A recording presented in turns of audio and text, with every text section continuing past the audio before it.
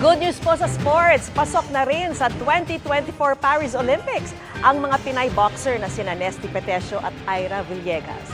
Nakatutok si Dano Tingkungko.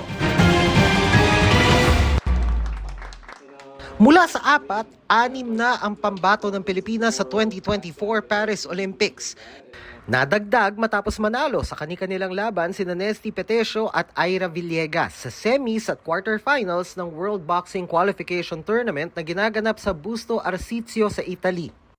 Tinalo ni Petesio via split decision si Estra Yildiz ng Turkey.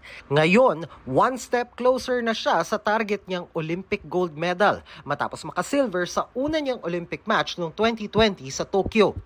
Pinaghandaan niya talaga yun, tiis niya sa kanyang timbang, kung anong sinasabi ng kanilang nutritionist, talagang niya, kontrolado sa kain niya sir. Sabi kasi ni Nesty, walang ginto hanggat walang ginto. Si Ira Villegas naman, sasabak sa semis matapos talunin via unanimous decision ang katunggaling si Zlatislava Chukhanova ng Bulgaria. Pero tiyak na ring pasok siya sa Olympics. Para sa GMA Integrated News, Dano Tingkungko, nakatutok 24 oras.